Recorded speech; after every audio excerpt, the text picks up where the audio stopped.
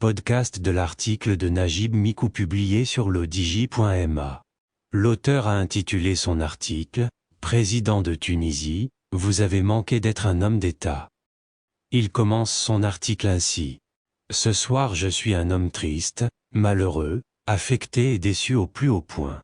Alors même que l'Espagne, ancien colonisateur de nos provinces du Sud, s'est aligné à la solution proposée par notre pays, alors que près de 90% des États que compte le monde à travers les continents, s'alignent à la solution marocaine, le président de la chère Tunisie africaine, arabe, musulmane, voisine, surgit de nulle part, et reçoit en chef d'État, le chef d'une frange très minoritaire et insignifiante, de nos populations sahraouis, entretenues à Tindouf aux frais de leur maître commun. » L'auteur poursuit son article ainsi. Après des positions successives très maladroitement et négativement neutres, le président tunisien a pris cette fois son courage par les deux mains, poussé en cela par les deux pieds de son voisin et néanmoins tuteur de l'Ouest.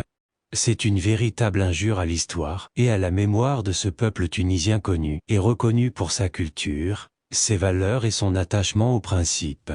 C'est une véritable offense à une Tunisie constamment attachée à sa singularité et son indépendance de vue et d'acte, qui se voit aujourd'hui humiliée par son propre chef d'État qui en a fait une annexe aux ordres des casernes et des bottes du voisin de l'Ouest.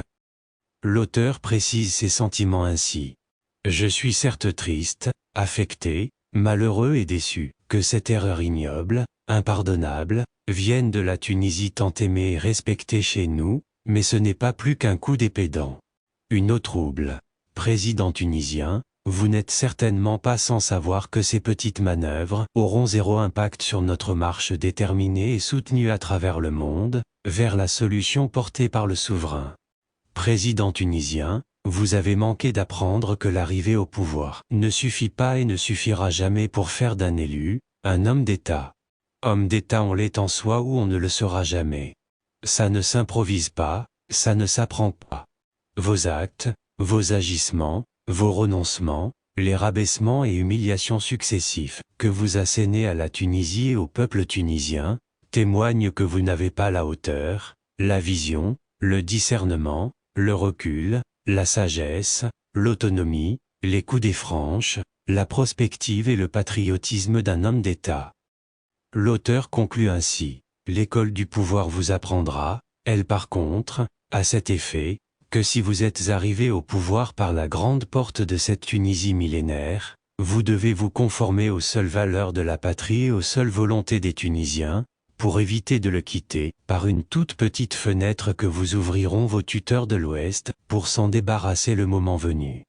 Pauvre Tunisie, pauvre peuple tunisien, président tunisien, l'histoire et les mémoires n'oublient rien. Leur sanction est sans ménagement, cruelle même. Rédigé par Najib Mikou et lu par l'intelligence artificielle de Lodigi Media. N'oubliez pas de télécharger notre application Lodigi Mobile sur Android et iOS et de vous abonner à notre chaîne YouTube Lodigi TV si vous souhaitez être au courant des dernières actualités, podcasts et émissions télévisées.